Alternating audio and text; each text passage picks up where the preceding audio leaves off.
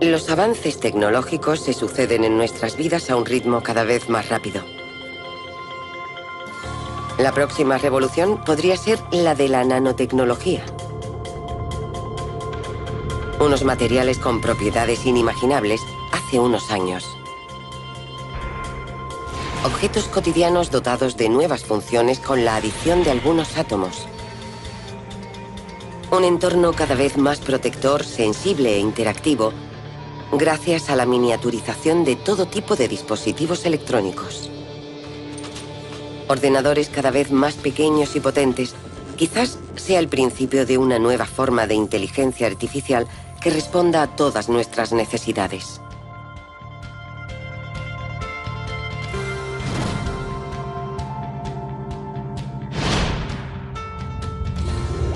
Gracias a la manipulación de la materia a una escala absolutamente nueva, la nanotecnología promete simplificar y mejorar nuestro día a día en un mundo más eficaz, más seguro, más cómodo. La nanotecnología es clave para el futuro, porque no se centra en una única aplicación.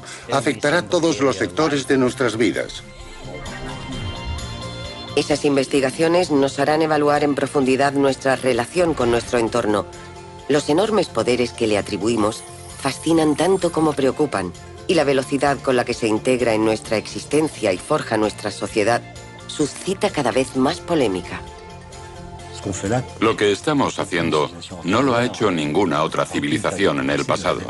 Hacemos historia, pero no sabemos qué historia estamos haciendo.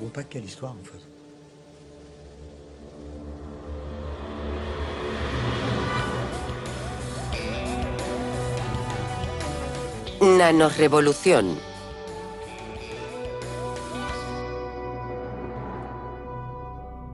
Ciudad nanotecnológica. Episodio 3. Hace casi 30 años, la invención de nuevos microscopios abrió las puertas de una dimensión inexplorada a los investigadores. La dimensión nano, la milmillonésima parte del metro, el mundo invisible de los átomos y las moléculas. A esa escala, la materia manifiesta propiedades sorprendentes. Poder explotarlas prometía una nueva revolución, la de la nanotecnología. Un avance radical que ampliaría los límites de prácticamente todas las tecnologías actuales. Ahora, la vanguardia de los productos fruto de esas investigaciones está saliendo de los laboratorios y entrando en nuestras vidas, pero esa revolución anunciada ¿está cumpliendo sus promesas?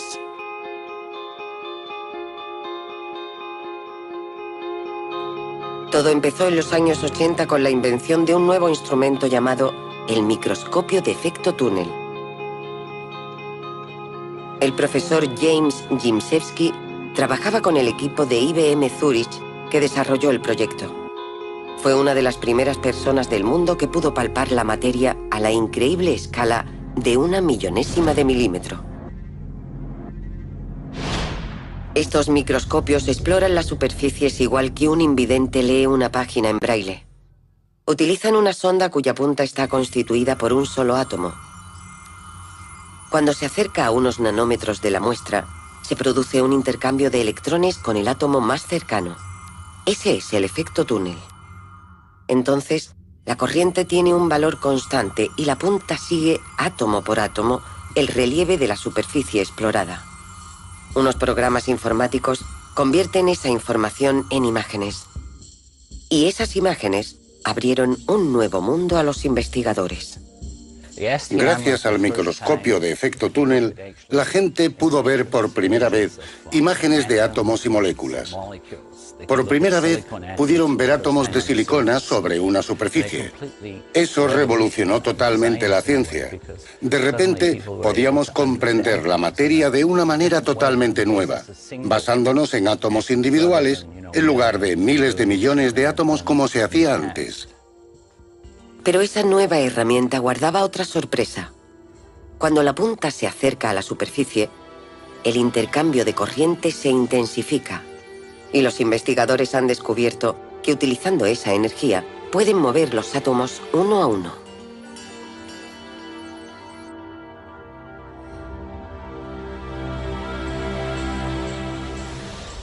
El microscopio de efecto túnel también nos permitía tocar esas moléculas y esos átomos. Y por primera vez podíamos moverlos sobre las superficies para crear estructuras totalmente inimaginables hasta entonces. Ese nuevo poder de observar y manipular los ladrillos básicos de la materia dio lugar a la nanotecnología. Para Etienne Klein, físico y profesor de filosofía de la ciencia, la ruptura que representa es muy real, pero va acompañada de un entusiasmo sin duda excesivo. En menos de un siglo, hemos pasado de la prueba de la existencia de los átomos a la posibilidad de manipularlos uno a uno. Desde un punto de vista tecnológico, es algo que abre puertas que nadie podía imaginar hace años. Lo que hizo que los gobiernos de todos los países desarrollados se interesaran por la nanociencia fue una iniciativa estadounidense de 2002, obra de dos físicos llamados Rocco y Bembridge. Escribieron un informe sobre la nanociencia absolutamente delirante en el que decían que gracias a esa nueva tecnología, la humanidad podría resolver todos los problemas que se le plantearan. Sin duda, esa promesa contribuyó a dinamizar las investigaciones, pero las primeras aplicaciones de esos nuevos poderes sobre la materia son bastante prosaicas.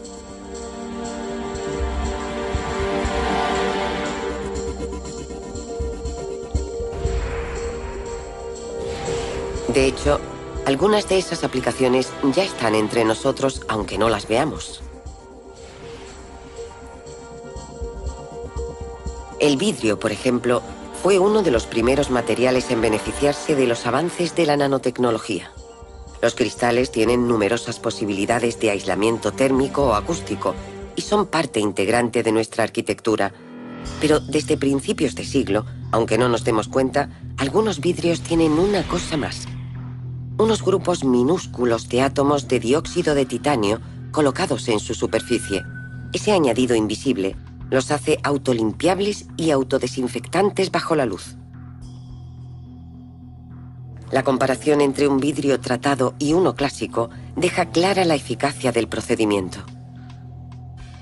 La interacción entre la radiación ultravioleta de la luz y estos átomos de dióxido de titanio carga de energía a las moléculas de oxígeno más próximas.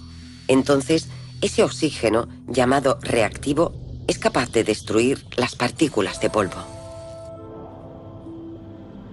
Pero la reacción no acaba ahí. La modificación que provoca en la superficie del vidrio permite utilizar la lluvia para completar esa limpieza. En un cristal normal, el agua forma gotitas, pero en uno de nanovidrio reacciona a las nanoestructuras y se expande en una capa muy fina sobre la superficie. De esta forma, el agua resbala más fácilmente entre el vidrio y el polvo y se lo lleva a su paso.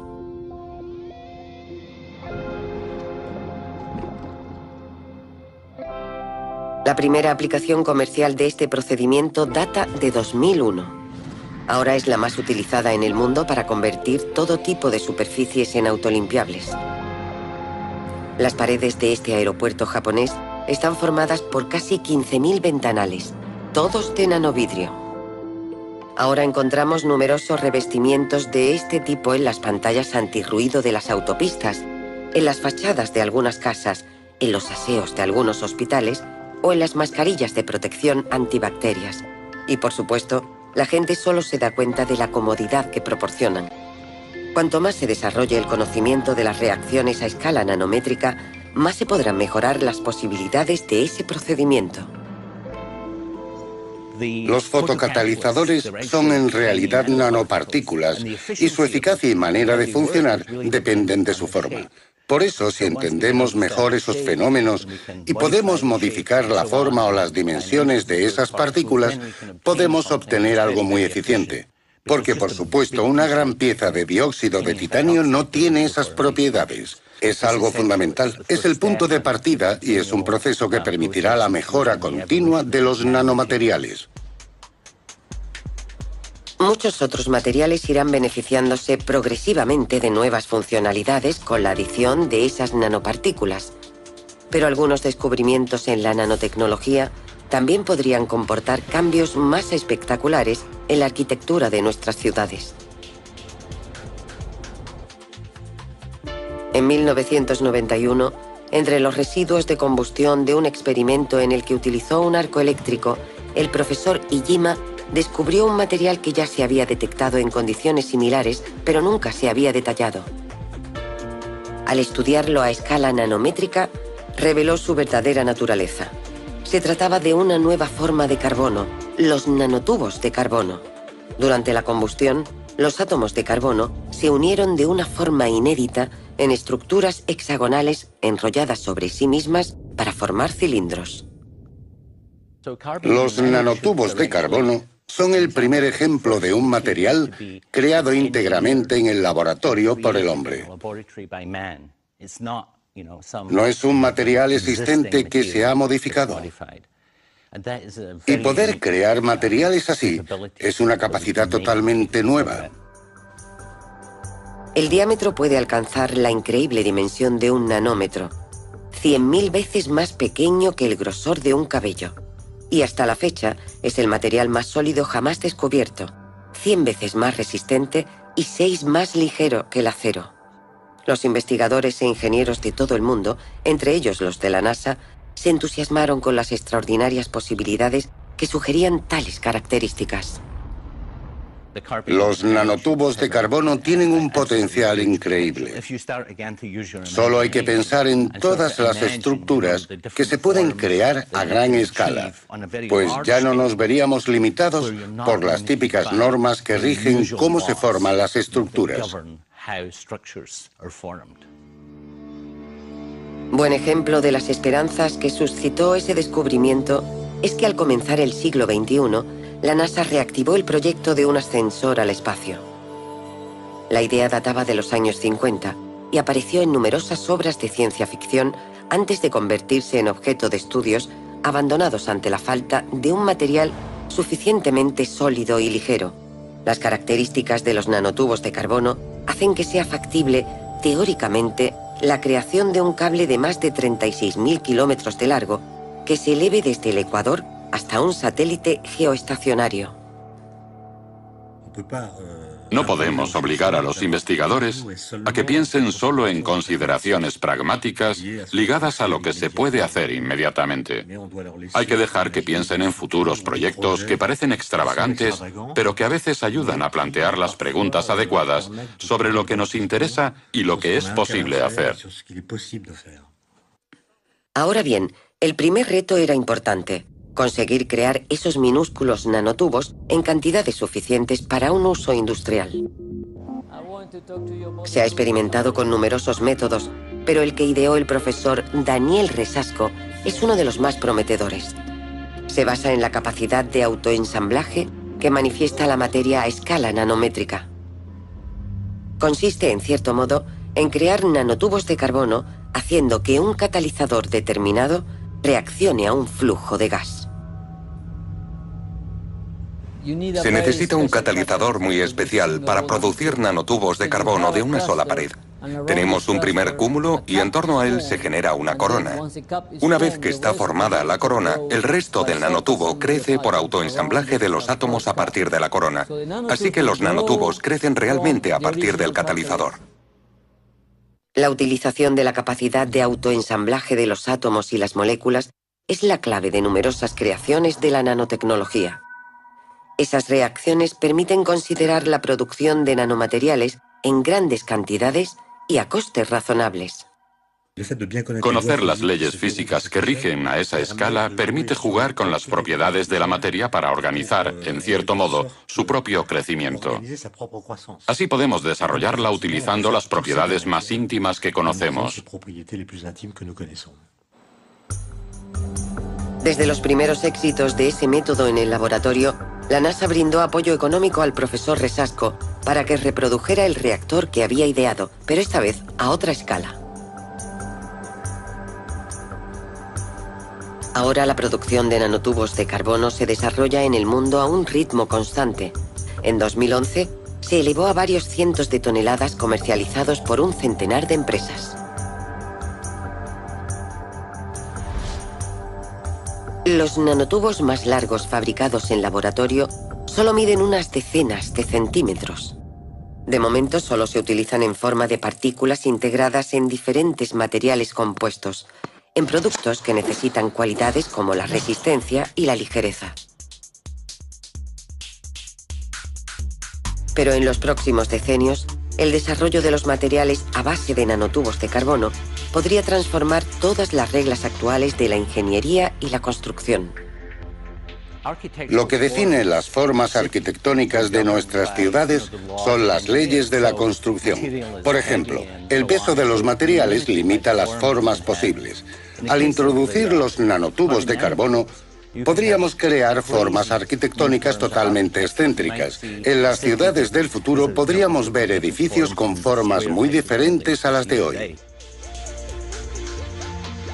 Pero antes de cambiar el aspecto de nuestras ciudades, la nanotecnología puede hacer que la vida diaria en ellas evolucione aún más rápidamente, pues los nanomateriales también favorecerán el desarrollo de numerosos dispositivos electrónicos en miniatura, y esos sistemas nos permitirán acceder a una gran cantidad de información sobre el mundo que nos rodea.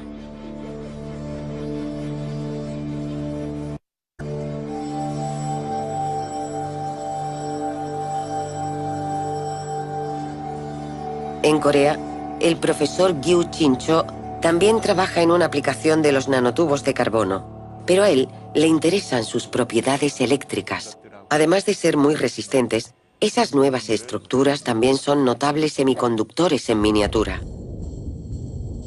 Su laboratorio es uno de los que ha creado una tinta que contiene nanotubos de carbono en suspensión. Esa tinta permite utilizar una impresora para reproducir circuitos electrónicos completos en diferentes soportes como plástico o papel. Esos circuitos son etiquetas RFID. Combinan una memoria que puede contener todo tipo de datos y un emisor receptor de radio que les permite comunicar esos datos a distancia a un lector. Las etiquetas RFID se utilizan cada vez más para la gestión de existencias y la trazabilidad de ciertos productos. También las encontramos en nuestros pasaportes, en los sistemas de pago de autopistas o en las bibliotecas. Al reducir su coste de fabricación, esos procedimientos de impresión podrían hacerlas tan omnipresentes como los códigos de barras actuales.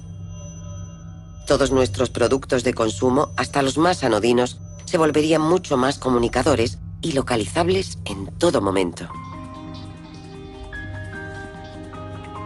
Al mismo tiempo, en Japón, el Dr. Genki Yoshikawa trabaja en la creación de un sensor electrónico en miniatura que podría hacernos mucho más receptivos a los mensajes invisibles de nuestro entorno. Ese sensor ilustra el espectacular cambio de escala que ha introducido la nanotecnología. Se basa en la concepción de superficies tan sensibles que son capaces de reaccionar al peso ínfimo de una molécula. Para mí, los nanosensores son muy prometedores. Son extremadamente pequeños y pueden captar todo tipo de mensajes. Por ejemplo, mensajes químicos, mensajes biológicos, temperaturas, todo lo que queramos. De hecho, esos nanosensores son capaces de detectar cualquier cosa fabricados de manera adecuada. El nanosensor que está desarrollando el Dr. Yoshikawa podría dotarnos a cada uno de nosotros de un medio de detección tan selectivo y preciso como el olfato de un perro.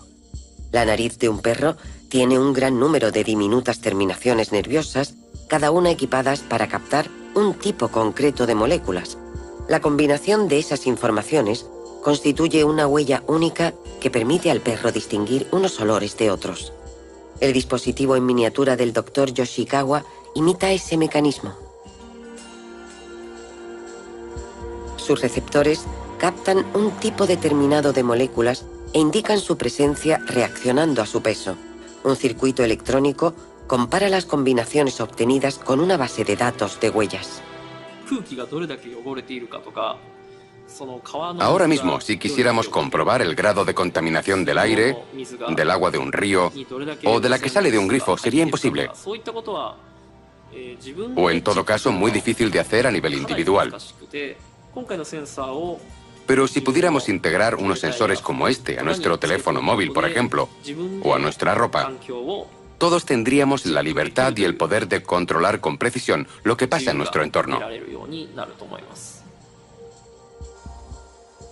Por ahora este sensor solo tiene 8 captadores, y sin embargo ya es capaz, como un perro, de distinguir sin problemas la huella molecular de diferentes tipos de carne. Multiplicando esos captadores, el sistema debería poder detectar la huella de cualquier sustancia, gases peligrosos, explosivos, carne en mal estado o agua contaminada. Puede que sean muy pequeños, pero su impacto es enorme, mucho mayor que el de creaciones de gran tamaño. Un puente es una gran estructura, pero no es más que un puente en un lugar concreto. Las cosas pequeñas pueden estar en cualquier parte y pueden tener un efecto mucho más importante en nuestro mundo. Puede que el siglo pasado fuera el de las grandes creaciones, pero en este vamos a hacer cosas cada vez más pequeñas y cada vez más inteligentes. Una evolución más que probable, ya que el comportamiento de ciertos materiales a escala nanométrica también permite plantear métodos radicalmente nuevos para que todos esos dispositivos minúsculos sean autónomos en cuanto a energía. Al manipular nanocristales de óxido de zinc, el profesor John Lingwan descubrió que al ejercer una presión sobre ellos, producían una ínfima cantidad de corriente. Para intentar explotar esa propiedad, desarrolló una reacción que hace que esos cristales se ensamblen formando largos filamentos de unos 50 nanómetros de espesor. Una fuerza mecánica muy débil basta para curvar esos minúsculos filamentos de óxido de zinc y al deformarse generan un impulso eléctrico.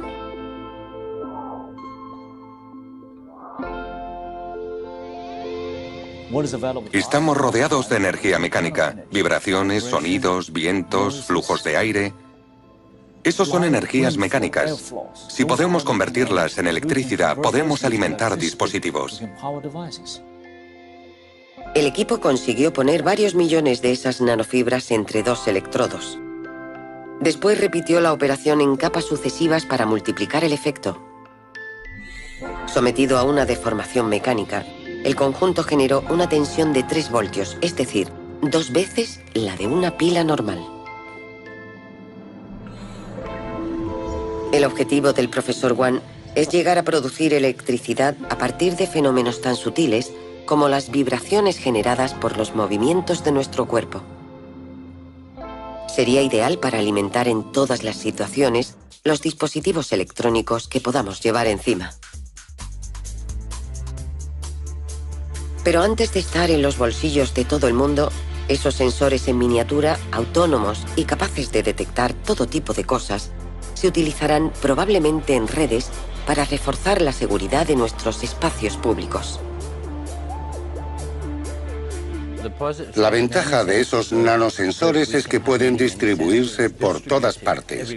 Pueden detectar el comienzo de un incendio, una fuga de un producto tóxico o un comportamiento malintencionado. Y no solo podrán localizar la presencia de un peligro, sino también seguir la manera en que se desplaza o se propaga por el conjunto del sistema. Sería casi como si nuestras ciudades se comportaran como seres vivos. Estarían dotadas de una inteligencia distribuida que cuidaría de nosotros. Pero esa visión de una sociedad en la que redes de nanosensores invisibles recogen y transmiten todo tipo de información también plantea muchas preguntas. Las tecnologías de vigilancia existen desde hace mucho tiempo. Las RFID, que no son objetos nanométricos, también existen desde hace mucho. Simplemente la nanotecnología ampliará la miniaturización de esos aparatos y permitirá incrementar nuestra capacidad de vigilancia y control.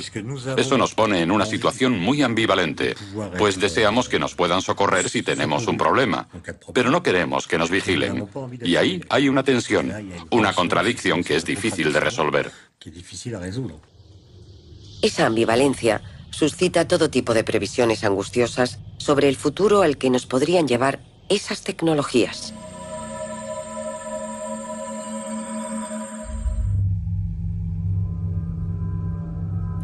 Esta mañana no me encontraba bien. He vuelto a hacerme análisis. Pero el sistema ha dicho que no tengo nada, que es psicológico. Me ha recetado unos ansiolíticos. De hecho, me pasa cada vez que tengo que salir. Sin embargo, no hace mucho, me encantaba pasear por el centro de la ciudad. Disfrutaba de la comodidad de las galerías comerciales. Me halagaba que las vallas publicitarias me reconocieran. Señorita Humphrey, qué bien le sienta la última compra que hizo aquí. Hoy tenemos un descuento del 25% en la nueva colección de otoño-invierno. No deje pasar esta oportunidad. Me sentía segura en todas partes, protegida de todos los peligros. Lo siento, señora Humphrey. La galería está cerrada temporalmente por el descubrimiento de un paquete sospechoso. Me encantaba que el mundo estuviera organizado a mi alrededor. Para mí. Señorita Humphrey, no dude en seguir paseando. Hoy la calidad del aire es de nivel azul. Pero ahora es diferente. Siempre tengo la sensación de que me están observando, de que me espían. Me dan ganas de llorar. Cálmese, por favor. Su ritmo cardíaco es demasiado alto. Camine más despacio. Su ritmo cardíaco es demasiado alto. Ya no consigo controlar esos ataques de angustia. Me acuerdo muy bien del día en que empezó todo. Era un jueves. Hacía buen tiempo. El hijo pequeño de mis vecinos había vuelto a dejar su pelota en la calle. Ellos estaban fuera y la casa me reconoció. Pero la foto tenía 5 años y solo hacía unas semanas que me había mudado allí.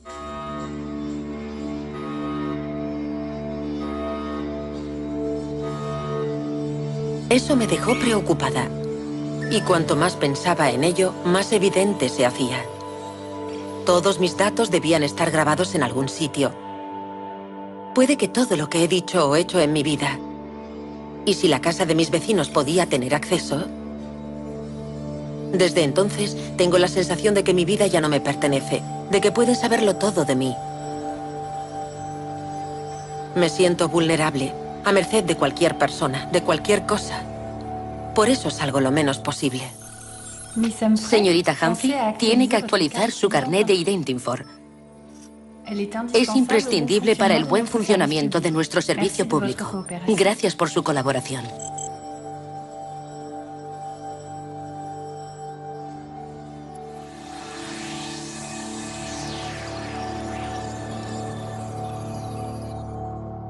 El concepto de vida privada se ha redefinido totalmente por las tecnologías modernas, con la aparición de los teléfonos móviles, por ejemplo. Cabe pensar que aún tenemos privacidad, pero realmente no es así. Por eso es imprescindible la seguridad. Tiene que haber algunas normas básicas para el uso de estas tecnologías. Tiene que haber un modo de garantizar a la persona que no están siendo mal utilizadas. Una reflexión aún más urgente, teniendo en cuenta que el desarrollo de la nanotecnología está íntimamente ligado desde sus orígenes a otra tecnología, la que más ha revolucionado todos los aspectos de nuestras vidas a lo largo del siglo pasado, la informática. El ordenador existe desde hace casi 70 años. Su principio se basa en el hecho de que una operación compleja puede reducirse a una sucesión de operaciones lógicas simples que pueden ejecutarse por la acción de cascadas de transistores. La miniaturización progresiva de esos circuitos de transistores ha sido la clave de los espectaculares progresos en la capacidad de nuestros ordenadores. De 1971 a 2001, cada 2 años, el número de transistores integrados en un chip de silicio se ha multiplicado por 2. Es la llamada Ley de Moore. Hoy los transistores de silicio han alcanzado dimensiones del orden de una treintena de nanómetros, pero se acercan a un límite teórico. Por debajo de los 20 nanómetros intervendrán varios fenómenos físicos que impedirán su funcionamiento. Para que sean más rápidos y más compactos, los componentes son cada vez más pequeños y estamos empezando a alcanzar límites básicos. Y esos límites frenarán el avance de la tecnología actual. No es casualidad que IBM haya creado el primer microscopio de efecto túnel. La industria de los microprocesadores lleva tiempo anticipándose a esos límites y ha añadido materiales a escala nanométrica para seguir permitiendo el desarrollo de la informática.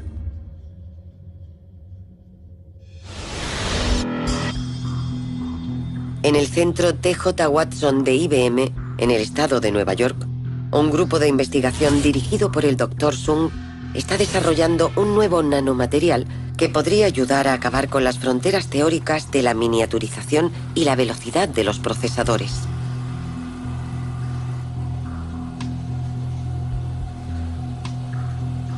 Ese material se llama grafeno.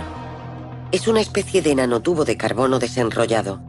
Está compuesto de átomos de carbono unidos en forma hexagonal para crear una hoja de un solo átomo de espesor.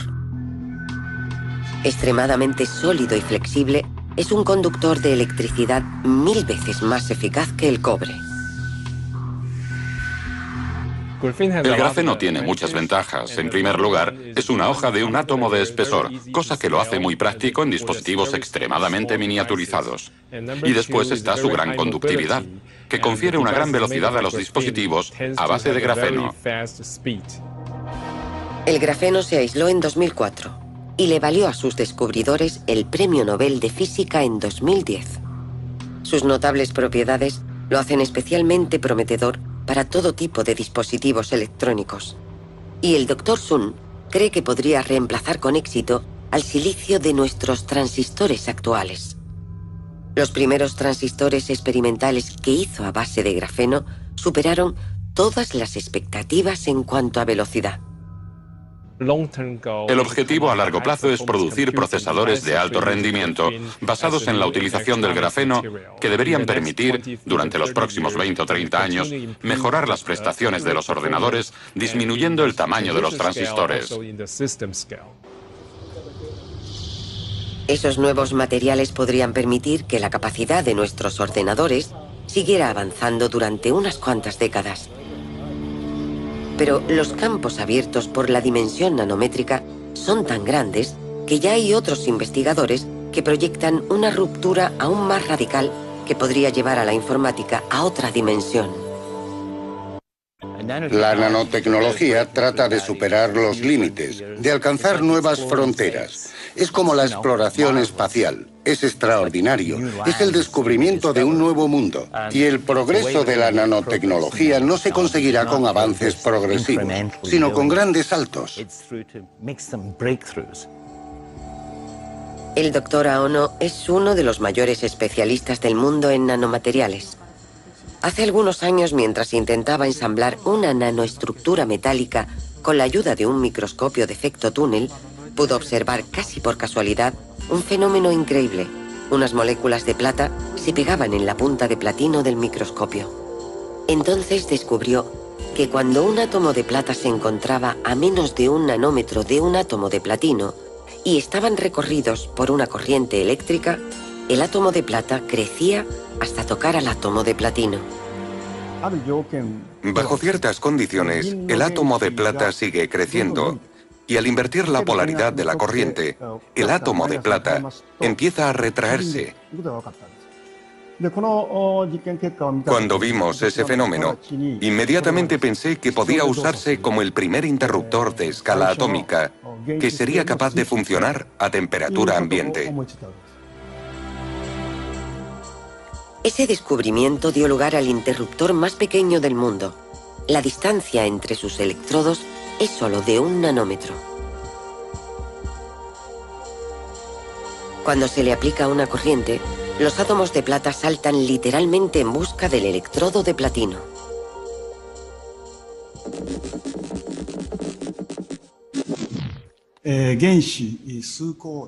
Conseguimos la conmutación controlando el movimiento de unos pocos átomos.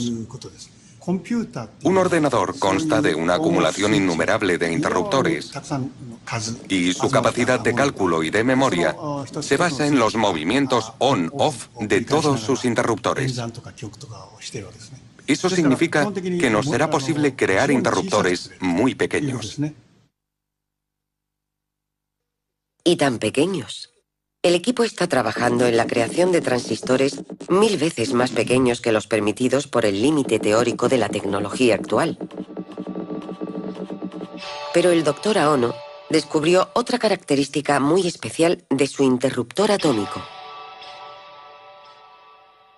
Cuando se utiliza con frecuencia, se corta, pero los átomos de plata mantienen una posición intermedia. Así que está listo para funcionar aún más rápido la vez siguiente. Ese descubrimiento orientaría la investigación en una dirección inesperada.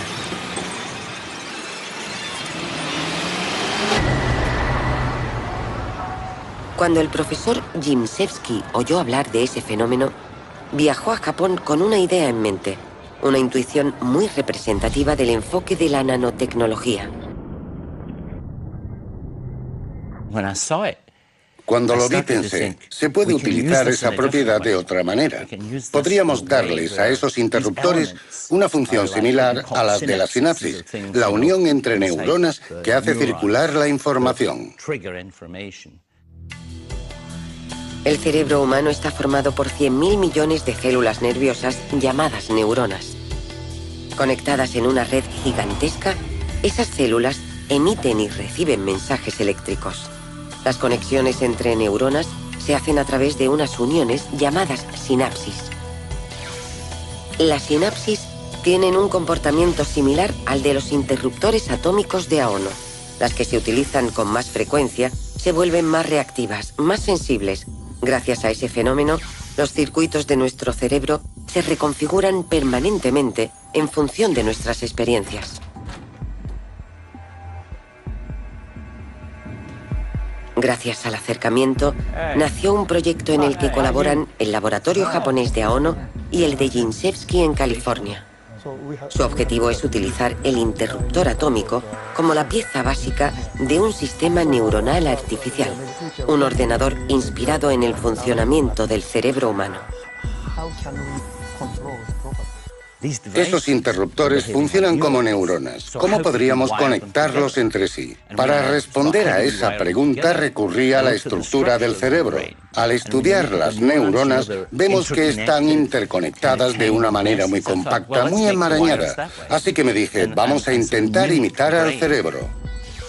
Copiar la red neuronal de un cerebro humano es inimaginable, pero la idea de Jimszewski es que esa red se caracteriza ante todo por la multiplicidad de conexiones entre las neuronas, y que esa complejidad podría bastar para que el circuito se configurara progresivamente a sí mismo, igual que el cerebro. En su laboratorio de Los Ángeles empezaron los trabajos para comprobar esa hipótesis. La primera etapa consistió en crear por autoensamblaje una estructura fractal similar a la del cerebro humano por la cantidad de conexiones. En estas imágenes del circuito en formación, podemos ver que este diseño complejo y aleatorio contiene miles de interruptores atómicos interconectados de muchas formas. Cuando el profesor Jimszewski aplicó una corriente a ese primer circuito experimental, constató que modificaba su propia configuración. Los interruptores atómicos por los que pasaba la corriente regularmente se volvían cada vez más reactivos, determinando poco a poco circuitos privilegiados. En cierta medida, ese circuito evolucionaba en función de las cargas eléctricas que pasaban por él. Aprendía de sus experiencias. Tras este circuito neuronal reside la idea de que es como un recién nacido. Al principio no tiene ningún conocimiento. Después, conforme va experimentando, comienza a desarrollar conexiones determinadas. Empieza a tener un pasado. Y esa experiencia pasada le proporciona una base para predecir futuras experiencias. Es una especie de proceso de aprendizaje y de desarrollo. Ese enfoque puede parecer muy metafórico, pero se basa en una idea esencial de la nanotecnología. Es la estructura a escala nanométrica la que a menudo le confiere esas propiedades a los materiales o a los sistemas, ya sean vivos o inertes. Es verdad que la escala del nanómetro, la que interesa a la nanociencia y a la nanotecnología, es una escala en la que al mirar no se ve la diferencia entre la materia viva y la materia inerte. Copiar las estructuras nanométricas de la materia viva podría permitir la construcción de dispositivos artificiales que funcionaran igual y se beneficiaran de las mismas propiedades que su modelo biológico. Pero un día, mientras Gimsevsky seguía aplicando una corriente constante al circuito para que continuara su configuración, se produjo un suceso inesperado.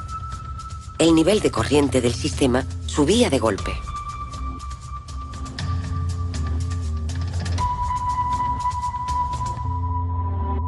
¿Qué significaba ese fenómeno? Gimsevsky recurrió a un colega investigador de la Universidad de Mallorca en España, el profesor Dante Chialbo, un especialista argentino de neurociencia. Las investigaciones de Chialbo se centran en la configuración del cerebro. Una parte de sus experimentos se basa en medir las corrientes eléctricas que recorren las redes neuronales. Ahora bien, cuando pensamos en algo evocador o nos embarga una emoción, se puede constatar un aumento brusco de las señales eléctricas en el cerebro.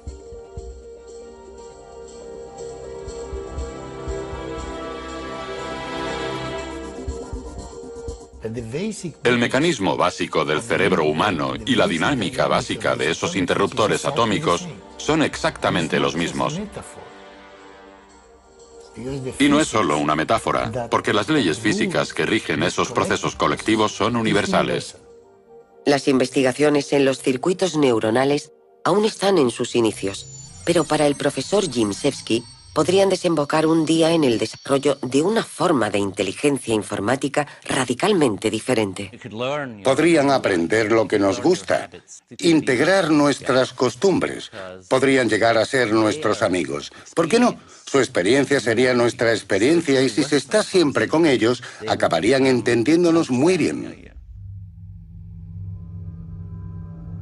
Sin duda, la materialización de esa intuición visionaria no ocurrirá en este siglo, pero mientras, la nanotecnología permitirá que la informática siga con su espectacular progreso y el lugar cada vez más importante que ocupa en nuestras vidas seguirá alimentando las múltiples visiones y problemáticas de las que se ha hecho eco la ciencia ficción desde la aparición de los primeros ordenadores.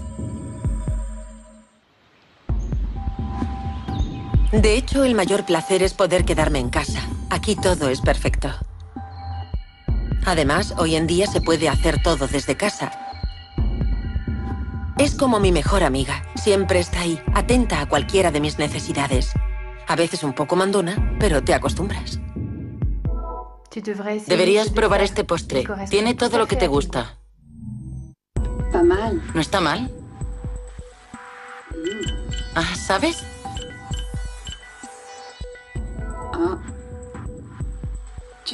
Creo que el 78% de las mujeres que se han comprado ese vestido solo se lo ha puesto una vez. Y es la que me hace los exámenes médicos. Solo hay que acostarse y ella lo comprueba todo, en nada de tiempo. Si cree que algo va mal, se pone en contacto con el hospital y le indican qué hacer. No te preocupes, estás en plena forma. Es como si no hubiera límites en lo que puedes hacer. Veamos a Johnny, por ejemplo. Solo tiene 8 años y ha construido un ascensor a las estrellas en su habitación. Se le da muy bien el mundo digital. Pero bueno, es normal.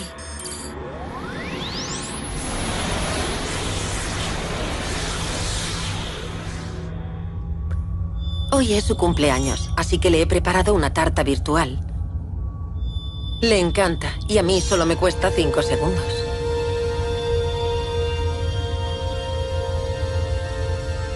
Muchas gracias. Es mi favorito. Es genial.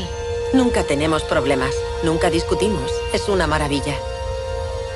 ¿Cómo está la tarta? Dulce, como todos los postres.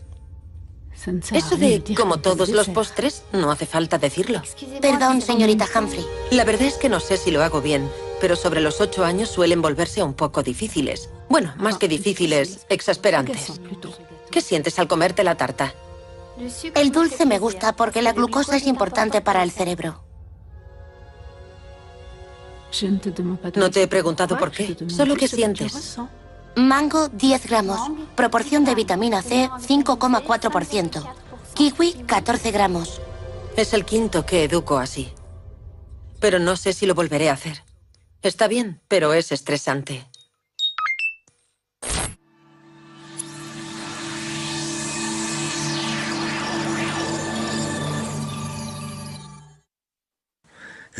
¿La tecnología cambia las condiciones de la vida humana?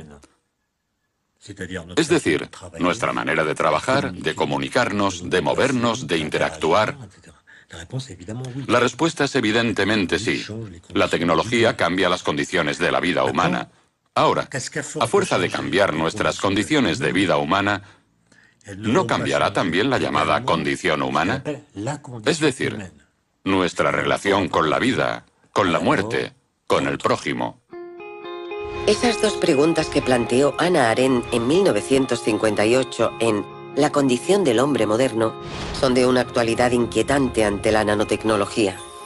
Sin duda, su poder es tan impresionante que el desarrollo de una nueva tecnología nunca ha ido tan acompañado desde sus orígenes de todo tipo de preguntas sobre sus posibles consecuencias. En Inglaterra, la Royal Society publica desde 2004 un informe sobre el tema. El antiguo presidente de la institución es ahora el director del Trinity College de Cambridge. Se trata del reputado astrofísico Sir Martin Rees. Creo que no hay razón para temer una catástrofe con la nanotecnología, pero toda nueva tecnología conlleva riesgos, a la vez que brinda oportunidades. Hace algunos años, la Royal Society inició un estudio sobre la nanotecnología. Nosotros consideramos que era muy importante que los investigadores evaluaran los riesgos potenciales y que esa evaluación se hiciera lo antes posible, antes de que hubiera intereses comerciales de por medio. Esa postura responsabiliza a los investigadores de los problemas, como la posible toxicidad de los nuevos materiales que creen. Pero el impacto de esas tecnologías en nuestras vidas y el ritmo con el que modelan nuestra sociedad es tal que el debate sobre su utilización va más allá del marco científico. Yo creo que los investigadores tienen una responsabilidad moral y que deben explicar lo que hacen en sus laboratorios a todo el mundo. Tienen que comunicarse con la sociedad en su conjunto, con los científicos y con los no científicos, y hablar de esas nuevas tecnologías, porque les van a cambiar la vida. Yo no creo que quienes conciben la tecnología sean íntegramente responsables de los usos, los derivados o incluso los beneficios para la sociedad. La prioridad no es hacer más responsables a los investigadores o someterlos a presión, sino formular un proyecto político que explique el lugar exacto que queremos darle a las nuevas tecnologías en nuestra sociedad. No es un problema científico, sino político. Pero también es importante que en esas reflexiones y debates no se pierdan de vista los problemas a los que la nanotecnología podría aportar soluciones. La nanotecnología es clave para el futuro porque no se centra en una sola aplicación, como la electrónica, sino que afectará a todos los sectores de nuestras vidas: el medio ambiente, la energía, la medicina, las comunicaciones. Mi opinión personal sobre qué hacer con la nanotecnología es que no podemos permitirnos no desarrollarla. Es crucial para el futuro de la humanidad. Hemos llegado a un punto en el que el tipo de procesos industriales que empleamos está matando al planeta.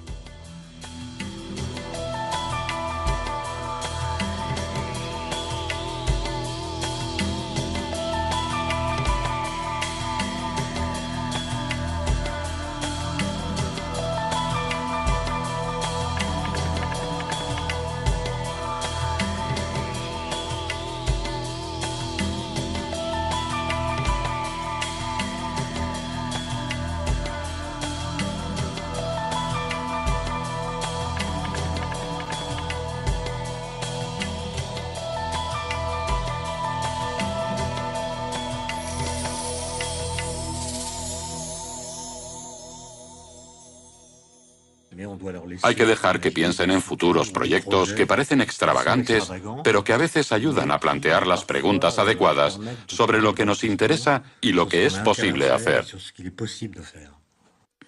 Ahora bien, el primer reto era importante: conseguir crear esos minúsculos nanotubos en cantidades suficientes para un uso industrial. Se ha experimentado con numerosos métodos, pero el que ideó el profesor Daniel Resasco es uno de los más prometedores. Se basa en la capacidad de autoensamblaje que manifiesta la materia a escala nanométrica. Consiste, en cierto modo, en crear nanotubos de carbono haciendo que un catalizador determinado reaccione a un flujo de gas. Se necesita un catalizador muy especial para producir nanotubos de carbono de una sola pared. Tenemos un primer cúmulo y en torno a él se genera una corona. Una vez que está formada la corona, el resto del nanotubo crece por autoensamblaje de los átomos a partir de la corona. Así que los nanotubos crecen realmente a partir del catalizador. La utilización de la capacidad de autoensamblaje de los átomos y las moléculas es la clave de numerosas creaciones de la nanotecnología. Esas reacciones permiten considerar la producción de nanomateriales en grandes cantidades y a costes razonables. Conocer las leyes físicas que rigen a esa escala permite jugar con las propiedades de la materia para organizar, en cierto modo, su propio crecimiento. Así podemos desarrollarla utilizando las propiedades más íntimas que conocemos. Desde los primeros éxitos de ese método en el laboratorio, la NASA brindó apoyo económico al profesor Resasco para que reprodujera el reactor que había ideado, pero esta vez a otra escala. Ahora la producción de nanotubos de carbono se desarrolla en el mundo a un ritmo constante. En 2011 se elevó a varios cientos de toneladas comercializados por un centenar de empresas. Los nanotubos más largos fabricados en laboratorio solo miden unas decenas de centímetros. De momento solo se utilizan en forma de partículas integradas en diferentes materiales compuestos, en productos que necesitan cualidades como la resistencia y la ligereza. Pero en los próximos decenios, el desarrollo de los materiales a base de nanotubos de carbono podría transformar todas las reglas actuales de la ingeniería y la construcción. Lo que define las formas arquitectónicas de nuestras ciudades son las leyes de la construcción. Por ejemplo, el peso de los materiales limita las formas posibles. Al introducir los nanotubos... En estas imágenes del circuito en formación, podemos ver que este diseño complejo y aleatorio contiene miles de interruptores atómicos interconectados de muchas formas. Cuando el profesor Jimczewski aplicó una corriente a ese primer circuito experimental, constató que modificaba su propia configuración. Los interruptores atómicos por los que pasaba la corriente regularmente se volvían cada vez más reactivos, determinando poco a poco circuitos privilegiados. En cierta medida, ese circuito evolucionaba en función de las cargas eléctricas que pasaban por él. Aprendía de sus experiencias. Tras este circuito neuronal reside la idea de que es como un recién nacido. Al principio no tiene ningún conocimiento. Después, conforme va experimentando, comienza a desarrollar conexiones determinadas. Empieza a tener un pasado. Y esa experiencia pasada le proporciona una base para predecir futuras experiencias. Es una especie de proceso de aprendizaje y de desarrollo. Ese enfoque puede parecer muy metafórico, pero se basa en una idea esencial de la nanotecnología. Es la estructura a escala nanométrica la que a menudo le confiere esas propiedades a los materiales o a los sistemas, ya sean vivos o inertes. Es verdad que la escala del nanómetro, la que interesa a la nanociencia y a la nanotecnología, es una escala en la que al mirar no se ve la diferencia entre la materia viva y la materia inerte. Copiar las estructuras nanométricas de la materia viva podría permitir la construcción de dispositivos artificiales que funcionaran igual y se beneficiaran de las mismas propiedades que su modelo biológico. Pero un día, mientras Jimczewski seguía aplicando una corriente constante al circuito Para que continuara su configuración, se produjo un suceso inesperado. El nivel de corriente del sistema subía de golpe.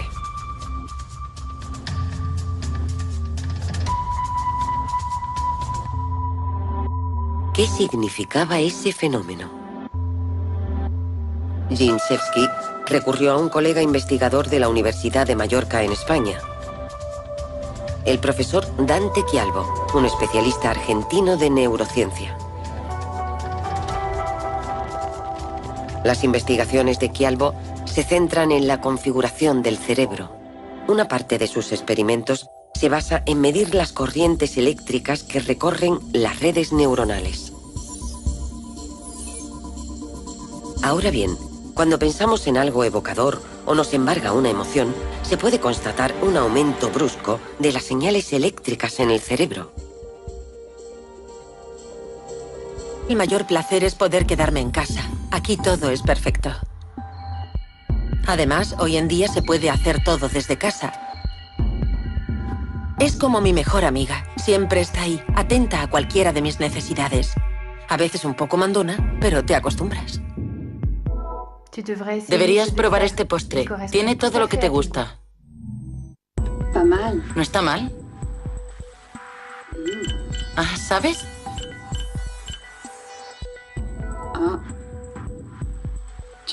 Creo que el 78% de las mujeres que se han comprado ese vestido solo se lo ha puesto una vez. Y es la que me hace los exámenes médicos.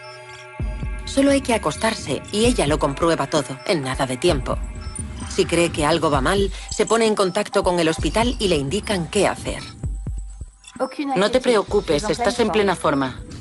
Es como si no hubiera límites en lo que puedes hacer. Veamos a Johnny, por ejemplo. Solo tiene 8 años y ha construido un ascensor a las estrellas en su habitación. Se le da muy bien el mundo digital. Pero bueno, es normal.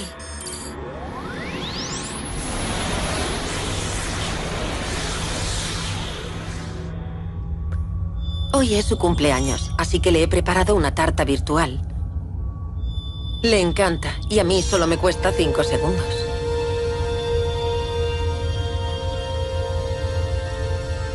Muchas gracias. Es mi favorito. Es genial. Nunca tenemos problemas. Nunca discutimos. Es una maravilla. ¿Cómo está la tarta? Dulce, como todos los postres. Eso de como todos los postres, no hace falta decirlo. Perdón, señorita Humphrey. La verdad es que no sé si lo hago bien, pero sobre los 8 años suelen volverse un poco difíciles. Bueno, más que difíciles, exasperantes. ¿Qué sientes al comerte la tarta? El dulce me gusta porque la glucosa es importante para el cerebro. No te he preguntado por qué, solo qué sientes. Mango, 10 gramos. Proporción de vitamina C, 5,4%. Kiwi, 14 gramos. Es el quinto que educo así. Pero no sé si lo volveré a hacer. Está bien, pero es estresante.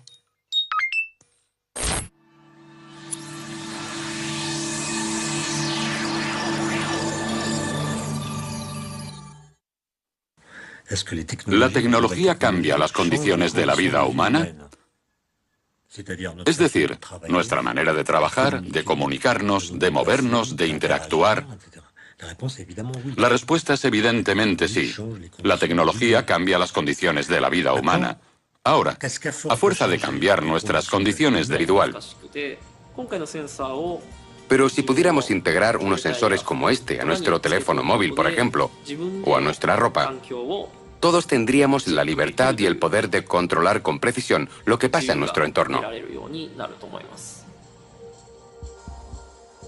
Por ahora este sensor solo tiene 8 captadores y sin embargo ya es capaz, como un perro, de distinguir sin problemas la huella molecular de diferentes tipos de carne.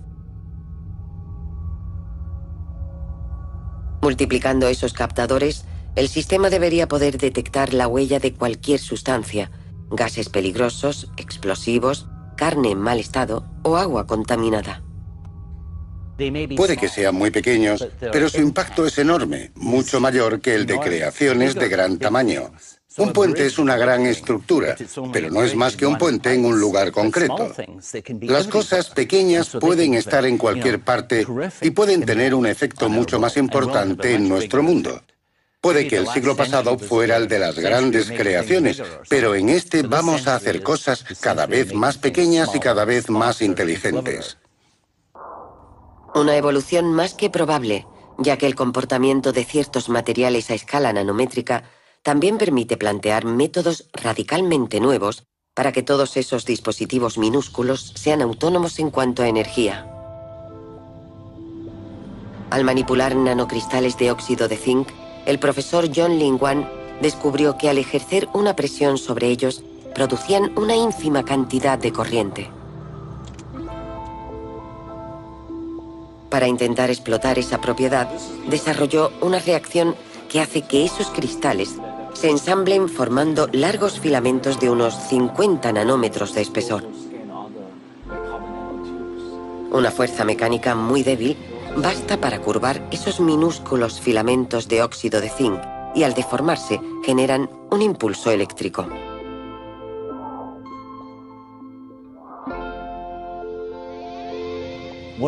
Estamos rodeados de energía mecánica, vibraciones, sonidos, vientos, flujos de aire.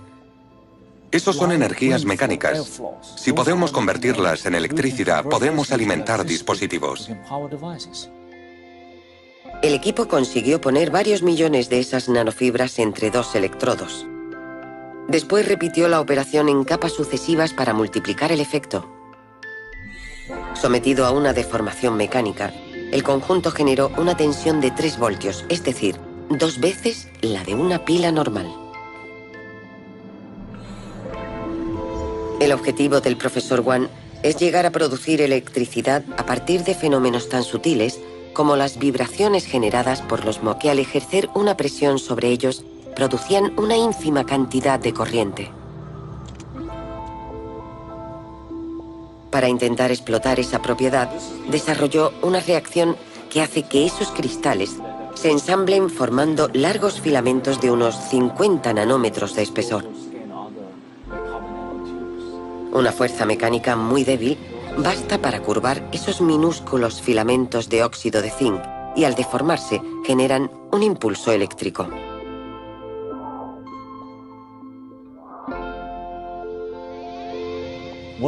Estamos rodeados de energía mecánica, vibraciones, sonidos, vientos, flujos de aire. Esos son energías mecánicas. Si podemos convertirlas en electricidad, podemos alimentar dispositivos. El equipo consiguió poner varios millones de esas nanofibras entre dos electrodos. Después repitió la operación en capas sucesivas para multiplicar el efecto. Sometido a una deformación mecánica, el conjunto generó una tensión de 3 voltios, es decir, 2 veces la de una pila normal. El objetivo del profesor Wan es llegar a producir electricidad a partir de fenómenos tan sutiles como las vibraciones generadas por los movimientos de nuestro cuerpo. Sería ideal para alimentar en todas las situaciones los dispositivos electrónicos que podamos llevar encima.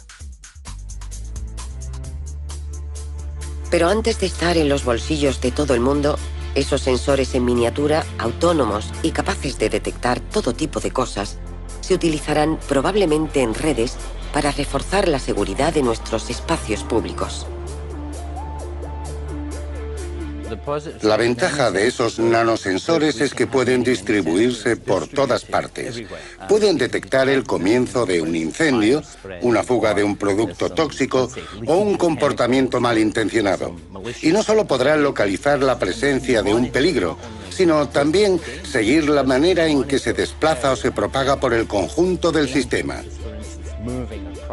Sería casi como si nuestras ciudades se comportaran como seres vivos. Estarían dotadas de una inteligencia distribuida que cuidaría de nosotros. Pero esa visión de una sociedad en la que redes de nanosensores invisibles recogen y transmiten todo tipo de información también plantea muchas preguntas. Las tecnologías de vigilancia existen desde hace mucho tiempo. Las RFID, que no son objetos nanométricos, también existen desde hace mucho. Simplemente la nanotecnología ampliará la miniaturización de esos aparatos y permitirá... Las sinapsis tienen un comportamiento similar al de los interruptores atómicos de Aono. Las que se utilizan con más frecuencia se vuelven más reactivas, más sensibles. Gracias a ese fenómeno, los circuitos de nuestro cerebro se reconfiguran permanentemente en función de nuestras experiencias. Gracias al acercamiento, nació un proyecto en el que colaboran el laboratorio japonés de Aono y el de Jindřišky en California. Su objetivo es utilizar el interruptor atómico como la pieza básica de un sistema neuronal artificial, un ordenador inspirado en el funcionamiento del cerebro humano. Esos interruptores funcionan como neuronas. ¿Cómo podríamos conectarlos entre sí? Para responder a esa pregunta recurrí a la estructura del cerebro. Al estudiar las neuronas, vemos que están interconectadas de una manera muy compacta, muy enmarañada. Así que me dije, vamos a intentar imitar al cerebro. Copiar la red neuronal de un cerebro humano es inimaginable, pero la idea de Jindřišky es que esa red se caracteriza ante todo por la multiplicidad de conexiones entre las neuronas, y que esa complejidad podría bastar para que el circuito se configurara progresivamente a sí mismo, igual que el cerebro. En su laboratorio de Los Ángeles empezaron los trabajos para comprobar esa hipótesis. La primera etapa consistió en crear por autoensamblaje una estructura fractal similar a la del cerebro humano por la cantidad de conexiones. En estas imágenes del circuito en formación, podemos ver que este diseño complejo y aleatorio contiene miles de interruptores atómicos interconectados de muchas formas. Cuando el profesor Jindřišky aplicó una corriente a ese primer circuito experimental, constató que modificaba su propia configuración. Los interruptores atómicos por los que pasaba la corriente regularmente se volvían cada vez más reactivos, determinando poco a poco circuitos privilegiados. En cierta medida, ese circuito evolucionaba en función de las cargas eléctricas que pasaban por él. Aprendía de sus experiencias. Tras este circuito neuronal reside la idea de que es como un recién nacido. Al principio no tiene ningún conocimiento. Después, conforme va experimentando, comienza a desarrollar conexiones determinadas. Empieza a tener un pasado. Y esa experiencia pasada le proporciona una base para predecir futuras experiencias. Es una especie de proceso de aprendizaje y de desarrollo. Ese enfoque puede parecer muy metafórico, pero se basa en una idea esencial de la nanotecnología. Es la estructura a escala. Conectarlos entre sí. Para responder a esa pregunta recurrí a la estructura del cerebro. Al estudiar las neuronas, vemos que están interconectadas de una manera muy compacta, muy enmarañada. Así que me dije, vamos a intentar imitar al cerebro. Copiar la red neuronal de un cerebro humano es inimaginable, pero la idea de Jindřišky es que esa red se caracteriza ante todo por la multiplicidad de conexiones entre las neuronas, y que esa complejidad podría bastar para que el circuito se configurara progresivamente a sí mismo, igual que el cerebro. En su laboratorio de Los Ángeles empezaron los trabajos para comprobar esa hipótesis. La primera etapa consistió en crear por autoensamblaje una estructura fractal similar a la del cerebro humano por la cantidad de conexiones. En estas imágenes del circuito en formación, podemos ver que este diseño complejo y aleatorio contiene miles de interruptores atómicos interconectados de muchas formas. Cuando el profesor Jindřišky aplicó una corriente a ese primer circuito experimental, constató que modificaba su propia configuración. Los interruptores atómicos por los que pasaba la corriente regularmente se volvían cada vez más reactivos, determinando poco a poco circuitos privilegiados. En cierta medida, ese circuito evolucionaba en función de las cargas eléctricas que pasaban por él. Aprendía de sus experiencias. Tras este circuito neuronal reside la idea de que es como un recién nacido. Al principio no tiene ningún conocimiento. Después, conforme va experimentando, comienza a desarrollar conexiones determinadas. Empieza a tener un pasado. Y esa experiencia pasada le proporciona una base para predecir futuras experiencias. Es una especie de proceso de aprendizaje y de desarrollo. Ese enfoque puede parecer muy metafórico, pero se basa en una idea esencial de la nanotecnología. Es la estructura a escala nanométrica la que a menudo le confiere esas propiedades a los materiales o a los sistemas, ya sean vivos o inertes. Es verdad que la escala del nanómetro, la que interesa a la nanociencia y a la nanotecnología, es una escala en la que al mirar no se ve la diferencia entre la materia viva y la materia inerte. Copiar las estructuras nanométricas de la materia viva podría permitir la construcción de dispositivos artificiales que funcionaran igual y se beneficiaran de las mismas propiedades que su modelo biológico. Pero un día, mientras Gimsevsky seguía aplicando una corriente constante al circuito para que continuara su configuración, se produjo un suceso inesperado. El nivel de corriente del sistema subía de golpe. Es una gran estructura, pero no es más que un puente en un lugar concreto. Las cosas pequeñas pueden estar en cualquier parte y pueden tener un efecto mucho más importante en nuestro mundo. Puede que el siglo pasado fuera el de las grandes creaciones, pero en este vamos a hacer cosas cada vez más pequeñas y cada vez más inteligentes. Una evolución más que probable, ya que el comportamiento de ciertos materiales a escala nanométrica también permite plantear métodos radicalmente nuevos para que todos esos dispositivos minúsculos sean autónomos en cuanto a energía. Al manipular nanocristales de óxido de zinc, el profesor John Lingwan descubrió que al ejercer una presión sobre ellos, producían una ínfima cantidad de corriente. Para intentar explotar esa propiedad, desarrolló una reacción que hace que esos cristales se ensamblen formando largos filamentos de unos 50 nanómetros de espesor. Una fuerza mecánica muy débil basta para curvar esos minúsculos filamentos de óxido de zinc y al deformarse generan un impulso eléctrico.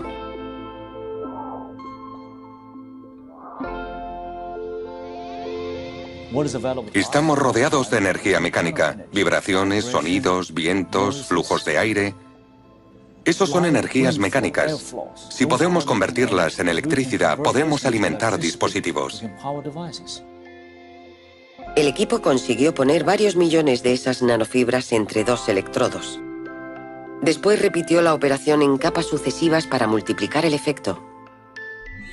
Sometido a una deformación mecánica, el conjunto generó una tensión de 3 voltios, es decir, 2 veces la de una pila normal. El objetivo del profesor Wan es llegar a producir electricidad a partir de fenómenos tan sutiles como las vibraciones generadas por los movimientos de nuestro cuerpo. Sería ideal para alimentar en todas las situaciones los dispositivos electrónicos que podamos llevar encima. Pero antes de estar en los bolsillos de todo el mundo, esos sensores en miniatura, autónomos y capaces de detectar todo tipo de cosas, se utilizarán probablemente en redes para reforzar la seguridad de nuestros espacios públicos. La ventaja de esos nanosensores es que pueden distribuirse por todas partes. Pueden detectar el comienzo de un incendio, una fuga de un producto tóxico o un comportamiento malintencionado. Y no solo podrán localizar la presencia de un peligro, sino también seguir la manera en que se desplaza o se propaga por el conjunto del sistema. Comercializados por un centenar de empresas. Los nanotubos más largos fabricados en laboratorio solo miden unas decenas de centímetros. De momento solo se utilizan en forma de partículas integradas en diferentes materiales compuestos, en productos que necesitan cualidades como la resistencia y la ligereza. Pero en los próximos decenios, el desarrollo de los materiales a base de nanotubos de carbono podría transformar todas las reglas actuales de la ingeniería y la construcción. Lo que define las formas arquitectónicas de nuestras ciudades son las leyes de la construcción. Por ejemplo, el peso de los materiales limita las formas posibles. Al introducir los nanotubos de carbono, podríamos crear formas arquitectónicas totalmente excéntricas. En las ciudades del futuro podríamos ver edificios con formas muy diferentes a las de hoy. Pero antes de cambiar el aspecto de nuestras ciudades, la nanotecnología puede hacer que la vida diaria en ellas evolucione aún más rápidamente, pues los nanomateriales también favorecerán el desarrollo de numerosos dispositivos electrónicos en miniatura, y esos sistemas nos permitirán acceder a una gran cantidad de información sobre el mundo que nos rodea.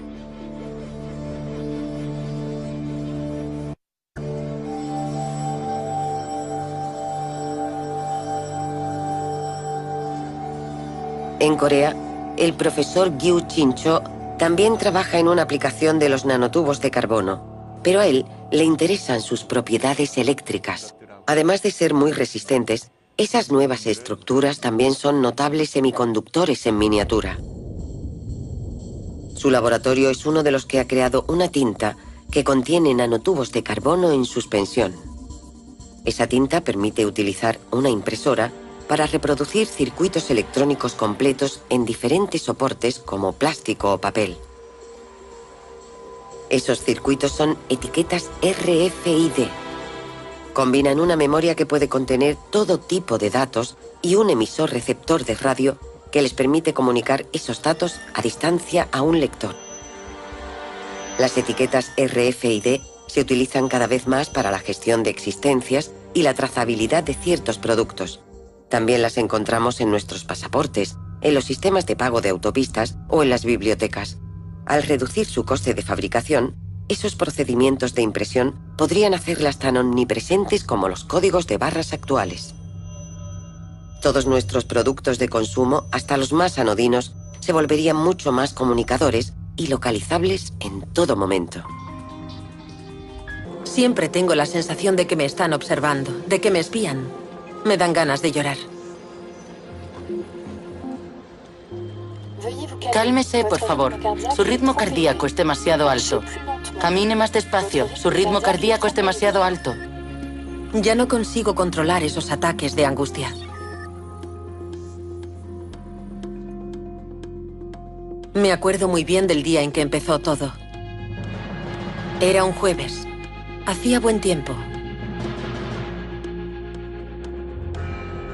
El hijo pequeño de mis vecinos había vuelto a dejar su pelota en la calle. Ellos estaban fuera y la casa me reconoció. Pero la foto tenía 5 años y solo hacía unas semanas que me había mudado allí.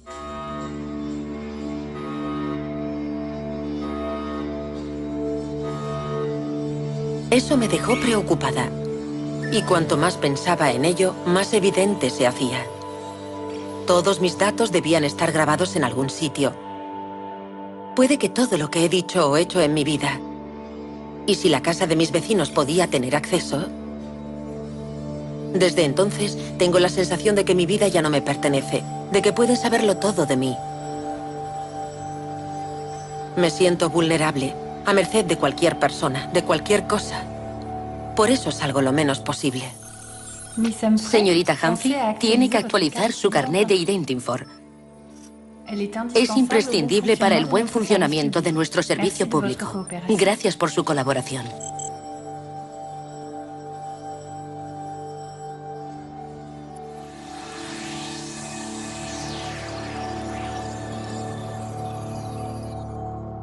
El concepto de vida privada se ha redefinido totalmente por las tecnologías modernas, con la aparición de los teléfonos móviles, por ejemplo.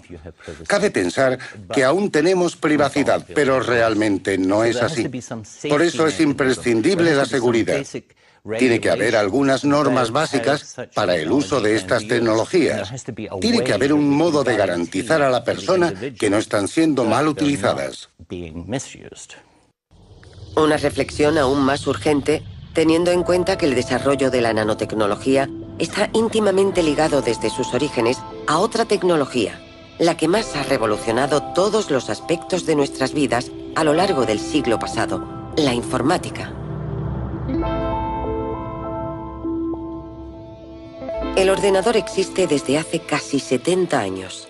Su principio se basa en el hecho de que una operación compleja puede reducirse a una sucesión de operaciones lógicas simples que pueden ejecutarse por la acción de cascadas de transistores.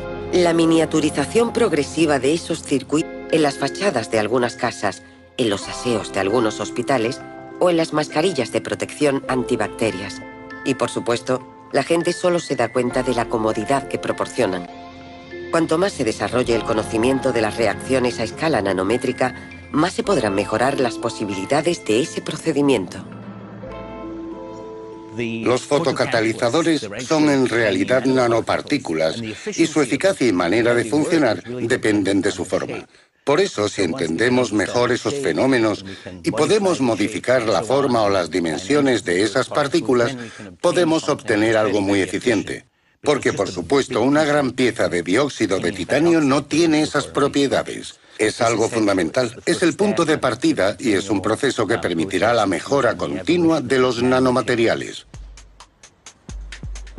Muchos otros materiales irán beneficiándose progresivamente de nuevas funcionalidades con la adición de esas nanopartículas. Pero algunos descubrimientos en la nanotecnología también podrían comportar cambios más espectaculares en la arquitectura de nuestras ciudades. En 1991, entre los residuos de combustión de un experimento en el que utilizó un arco eléctrico, el profesor Iijima descubrió un material que ya se había detectado en condiciones similares, pero nunca se había detallado. Al estudiarlo a escala nanométrica, reveló su verdadera naturaleza. Se trataba de una nueva forma de carbono, los nanotubos de carbono. Durante la combustión, los átomos de carbono se unieron de una forma inédita en estructuras hexagonales enrolladas sobre sí mismas para formar cilindros. Los nanotubos de carbono son el primer ejemplo de un material creado íntegramente en el laboratorio por el hombre. No es un material existente que se ha modificado. Y poder crear materiales así es una capacidad totalmente nueva. El diámetro puede alcanzar la increíble dimensión de un nanómetro, 100.000 veces más pequeño que el grosor de un cabello. Y hasta la fecha es el material más sólido jamás descubierto, 100 veces más resistente y 6 más ligero que el acero. Los investigadores e ingenieros de todo el mundo, entre ellos los de la NASA, se entusiasmaron con las extraordinarias posibilidades que sugerían tales características. Los nanotubos de carbono tienen un potencial increíble. Solo hay que pensar en todas las estructuras que se pueden crear a gran escala, pues ya no nos veríamos limitados por las típicas normas que rigen cómo se forman las estructuras.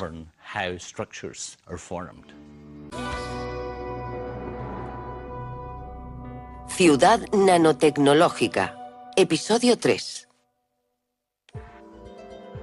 Hace casi 30 años, la invención de nuevos microscopios abrió las puertas de una dimensión inexplorada a los investigadores.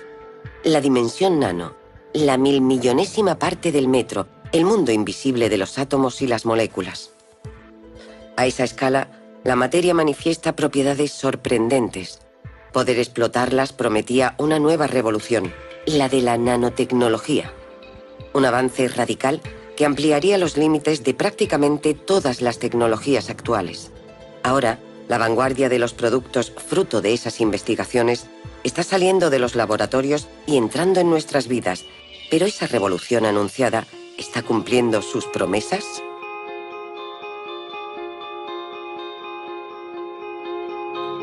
Todo empezó en los años 80 con la invención de un nuevo instrumento llamado el microscopio de efecto túnel. El profesor James Gimsewski trabajaba con el equipo de IBM Zurich que desarrolló el proyecto. Fue una de las primeras personas del mundo que pudo palpar la materia a la increíble escala de 1/1000ª de milímetro. Estos microscopios exploran las superficies igual que un invidente lee una página en braille. Utilizan una sonda cuya punta está constituida por un solo átomo. Cuando se acerca a unos nanómetros de la muestra, se produce un intercambio de electrones con el átomo más cercano. Ese es el efecto túnel. Entonces, la corriente tiene un valor constante y la punta sigue, átomo por átomo, el relieve de la superficie explorada. Unos programas informáticos convierten esa información en imágenes. Y esas imágenes abrieron un nuevo mundo a los investigadores. Gracias al microscopio de efecto túnel, la gente pudo ver por primera vez imágenes de átomos y moléculas. Por primera vez pudieron ver átomos de silicona sobre una superficie. Eso revolucionó totalmente la ciencia. De repente podíamos comprender la materia de una manera totalmente nueva, basándonos en átomos individuales en lugar de miles de millones de átomos como se hacía antes. Pero esa nueva herramienta guardaba otra sorpresa. Cuando la punta se acerca a la superficie, el intercambio de corriente se intensifica. Y los investigadores han descubierto que utilizando esa energía pueden mover los átomos uno a uno.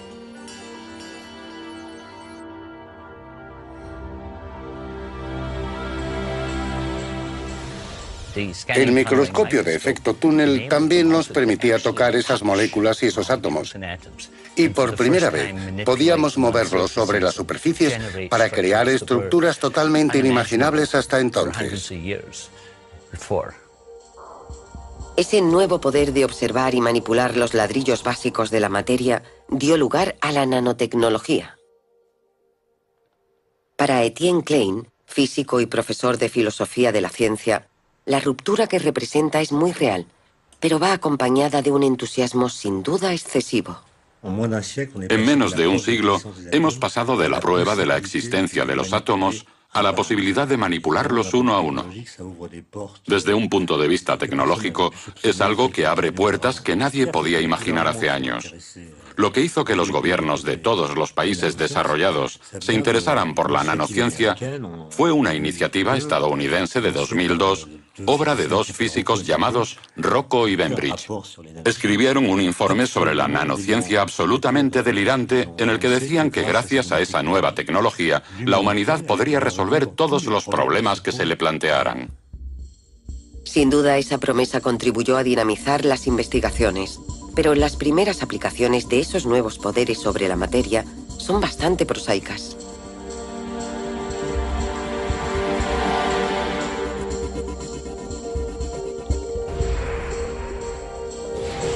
De hecho, algunas de esas aplicaciones ya están entre nosotros, aunque no las veamos. El vidrio, por ejemplo, fue uno de los primeros materiales en beneficiarse de los avances de la nanotecnología. Los cristales tienen numerosas posibilidades de aislamiento térmico o acústico y son parte integrante de nuestra arquitectura. Pero desde principios de siglo, aunque no nos demos cuenta, algunos vidrios tienen una cosa más.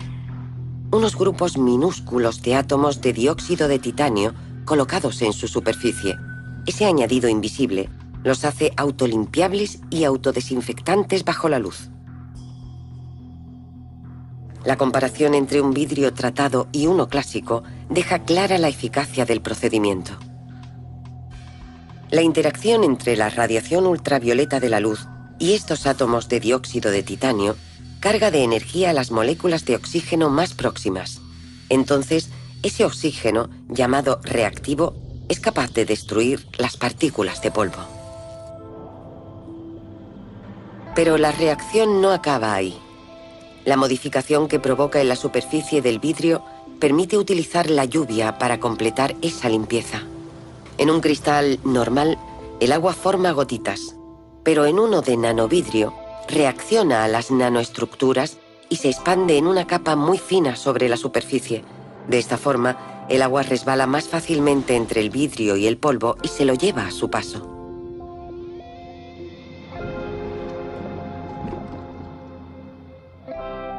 La primera aplicación comercial de este procedimiento data de 2001.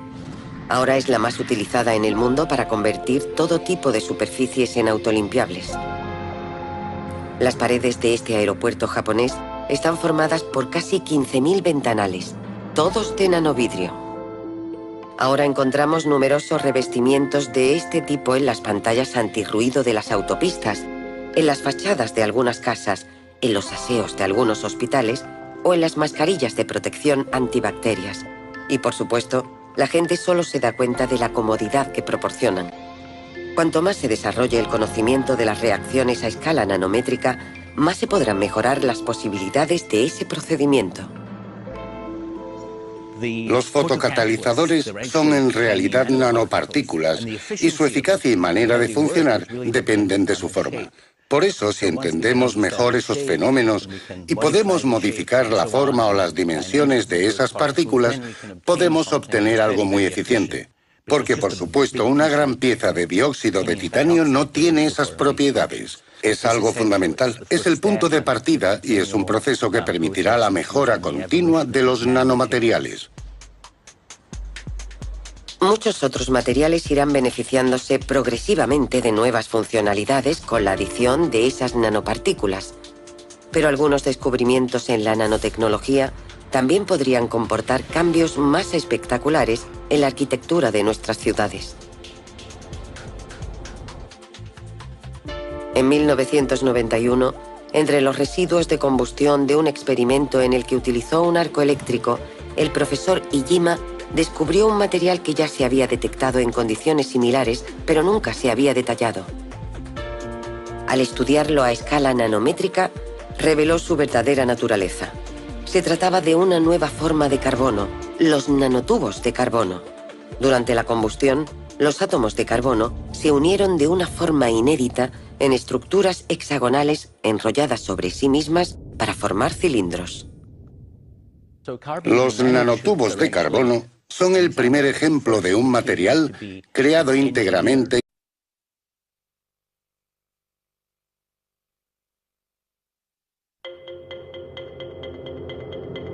Los avances tecnológicos se suceden en nuestras vidas a un ritmo cada vez más rápido. La próxima revolución podría ser la de la nanotecnología. Unos materiales con propiedades inimaginables hace unos años.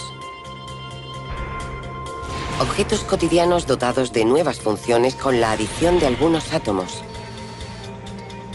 Un entorno cada vez más protector, sensible e interactivo, gracias a la miniaturización de todo tipo de dispositivos electrónicos. Ordenadores cada vez más pequeños y potentes, quizás sea el principio de una nueva forma de inteligencia artificial que responda a todas nuestras necesidades.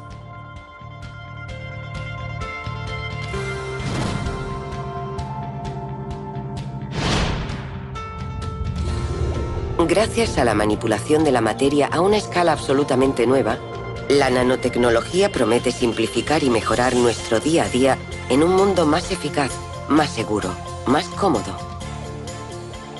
La nanotecnología es clave para el futuro porque no se centra en una única aplicación. Afectará todos los sectores de nuestras vidas. Esas investigaciones nos harán evaluar en profundidad nuestra relación con nuestro entorno.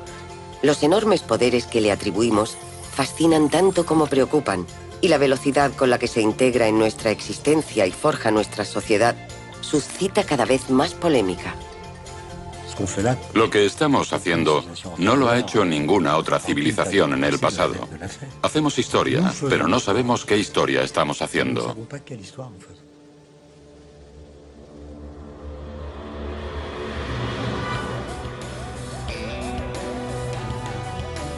Nanorevolución.